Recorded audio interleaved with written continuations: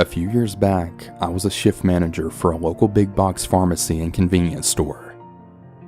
It was right across my backyard, and I could probably sprint there in under a minute if I really wanted to, so it really worked out for me. I was in my late 30s. I worked out quite a lot, and while I was fit, I was still a smaller girl. Even though I was married, I would constantly get hit on and asked out. It was pretty flattering, but it always made me feel really awkward.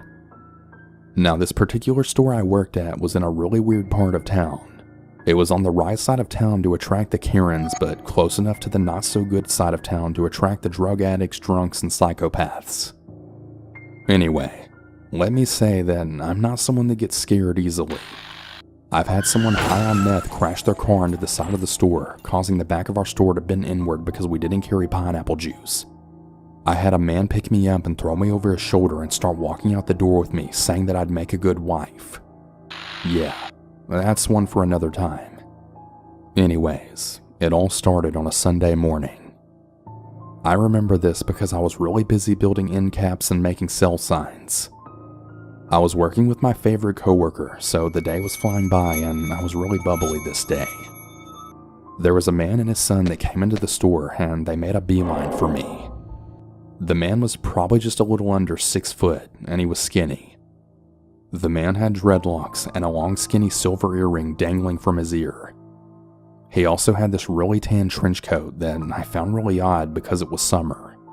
Nonetheless though, I had then greeted them and asked if they needed some help. The man spoke with a really thick Jamaican accent, and he said that his GPS stopped working, and he wanted to see if we had any. I let out a really small laugh, thinking he was messing with me.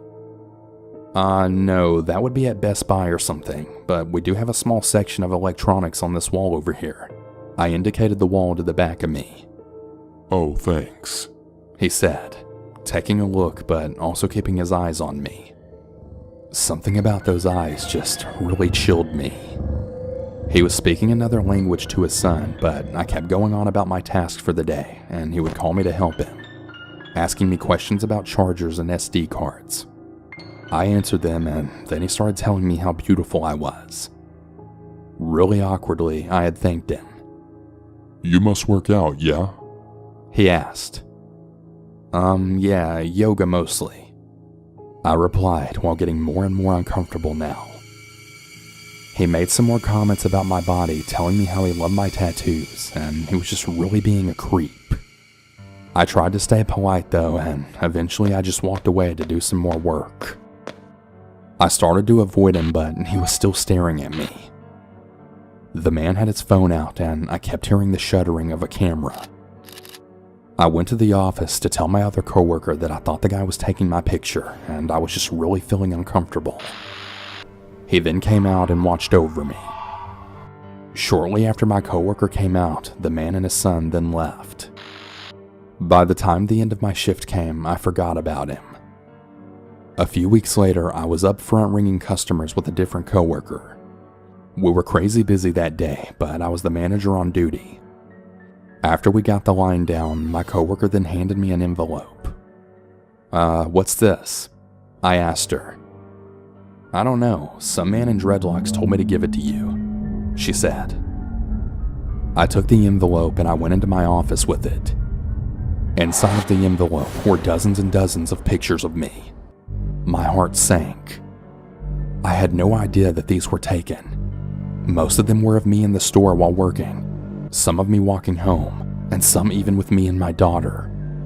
I felt sick. There was also a note with it. It said something along the lines of, You're so beautiful. I'm in love with you.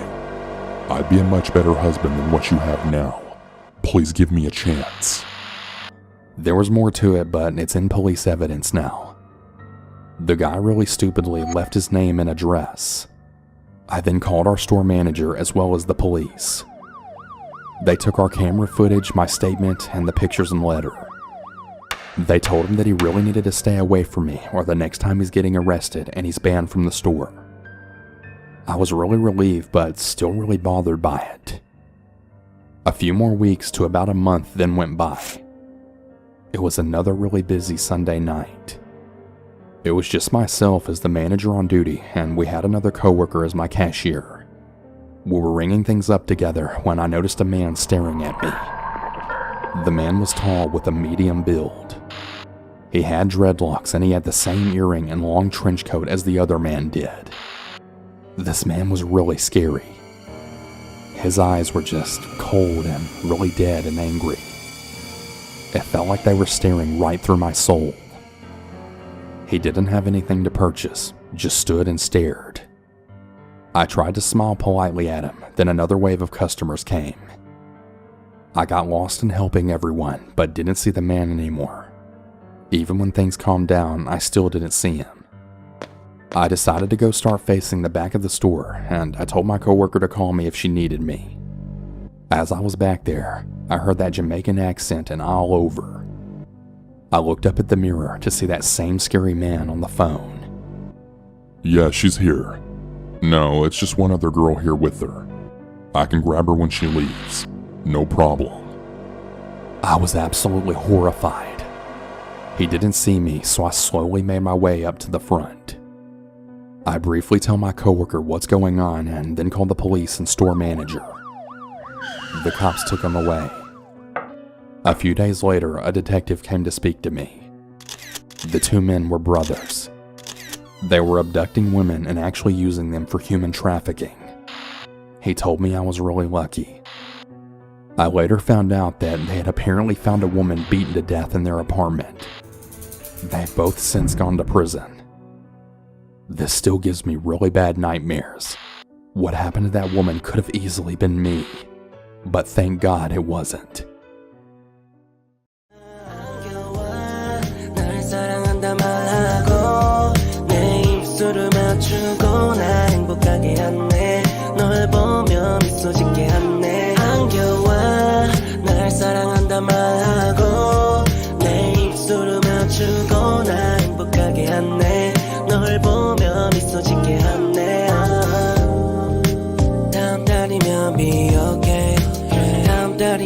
꽃이 내리네 내 인스타그램에 도배하고 싶어 둘만의 스토리에 어디로 갈까 여의도로 갈까 이제 계획 짤까 도시락을 쌀까 주문을 할까 왜 자기 모른다 해 밖은 위험하지 그냥 집안에서 같이 놀자 지루하긴 하지 그러다가 눈이 마주치고 갔지 방 안에서 뒹굴 귀엽겠던 윙크 Anyway 지금 Anyway 지금 Right now 안겨와